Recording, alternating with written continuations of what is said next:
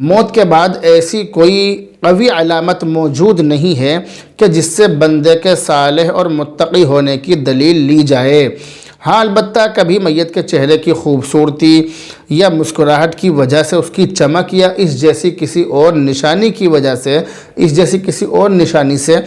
دیکھنے والوں کو، زندہ انسانوں کو کچھ اشارے مل سکتے ہیں، اور یہ بات واضح رہے، یہ بات یاد رہے کہ یہ اس وقت ہے کہ جب اس شخص کو زندگی میں لوگوں کے درمیان اچھے لفظوں سے بیان کیا جاتا ہو، لیکن ہاں اس بارے میں کوئی یقینی اور ٹھوس بات ہرگز نہیں کہی جا سکتی ہے۔ چنانچہ اگر مرنے والا بندہ جس کا انتقال ہوا ہے، اگر وہ شخص اپنی زندگی میں نیکی اور تقوی میں مشہور تھا، پھر اس کی موت کے بعد اس کا چہرہ خوبصورتی سے چمک اٹھا، تو یہ اس بات کی نشانی ہے کہ جس سے اچھا تاثر لیا جا سکتا ہے، اس سے اچھا اثر لیا جا سکتا ہے، اور اس پر خیر کی امید کی جا سکتی ہے۔ مثال کے طور پر اس کے مرنے کے بعد لوگ اس کی تعریف کریں اور اس کے لیے دعا کریں، تو یہ اس کے اچھے اور نیک ہونے کی نشانی ہے۔ اسی طرح زندگی میں نیک لوگوں کی اور اچھے لوگوں کی صحبت بھی انسان کے نیک ہونے کی نشانی ہے۔ حسن خاتمے کے اور اچھی موت کے بہت سے اسباب ہیں، جن میں اللہ کی اطاعت پر استقامت، اللہ تعالیٰ کے بارے میں حسن ظن اور اچھی سوچ، اسی طرح سچائی، پرہیزگاری، توبہ، موت کو کثرت سے یاد کرنا، اور دنیاوی چاہتیں، دنیا کی جو چاہتیں ہیں، جو خواہشیں ہیں، جو امیدیں ہیں، ان کا مختصر ہونا، آخرت کی فکر ہونا اور نیک لوگوں کی صحبت اختیار کرنا، یہ چند چیزیں قابل ذکر ہیں جن سے یہ جو حسن خاتمے کے اور اچھے خاتمے کے اسباب ہیں، اور ان کی وجہ سے انسان کو اچھی موت نصیب ہوتی ہے۔ جبکہ اس کے بالمقابل بری حالت اور برے انجام کی نشانی بننے والی نشانیوں میں سے چند نشانیاں اور کچھ نشانیاں یہ ہیں۔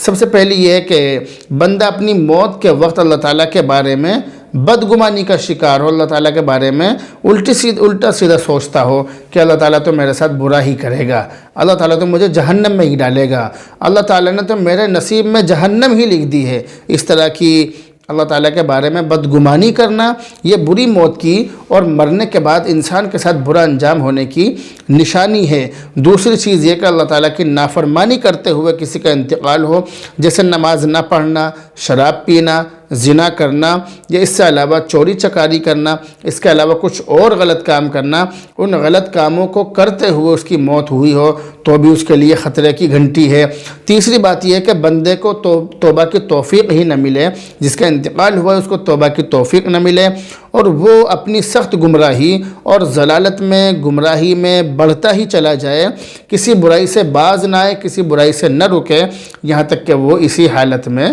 مر جائے۔ بری موت کی چوتھی نشانی یہ ہے کہ دنیا میں برے اعمال کے ساتھ ساتھ اس کے چہرے پر پھٹکار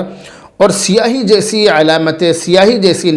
نشانیاں اور چہرے پر نحوست وغیرہ برے انجام کی نشانیاں ظاہر ہو جائیں، یا کلمہ طیبہ پڑھنے سے وہ شخص انکار کر دے، بالکل منع کر دے، اور ایسی بری اور غلط باتیں وغیرہ وغیرہ منہ سے نکالنے لگے کہ جو دنیا میں اس کے معمولات میں شامل تھی، جو اس کے لیے ایک عام سی چیز تھی، اس طرح کے کام کرنے لگے۔ اسی طرح سے بری موت کی اور برے انجام کی پانچویں نشانی یہ ہے کہ اپنی آخری عمر میں بیماری اور طاقت اور ہمت نہ ہونے کا بہانہ بنا کر فرائض اور واجبات میں سستی کریں، اور اپنی سستی اور برے کردار کی وجہ سے اللہ کے فرائض کو ضائع کرنا اور برباد کرنا شروع کر دیں۔ بری موت اور مرنے کے بعد برے انجام کی چھٹی نشانی یہ ہے کہ قریب المرگ شخص، یعنی جس شخص کا انتقال ہونے والا ہے، جو مرنے کے قریب ہے، وہ شخص موت کو ناپسند کرنے کے ساتھ ساتھ خوف اور بے چینی کا شکار ہو، اس کے علاوہ وہ نیکی پر قائم نہ رہے اور برے اعمال کرنے لگے۔ اسی طرح سے بری موت کی اور مرنے کے بعد برے انجام کی ساتویں نشانی یہ ہے کہ لوگ اس کی موت کے بعد اس کی کثرت سے برائیاں کرنے لگیں، اس کی بہت زیادہ برائیاں ہوں، سماج میں اسے اچھائی کے ساتھ نہیں بلکہ برائی کے ساتھ بلایا جائے، پکارا جائے، تو یہ انسان کے برا ہونے کی نشانی ہے، اس کے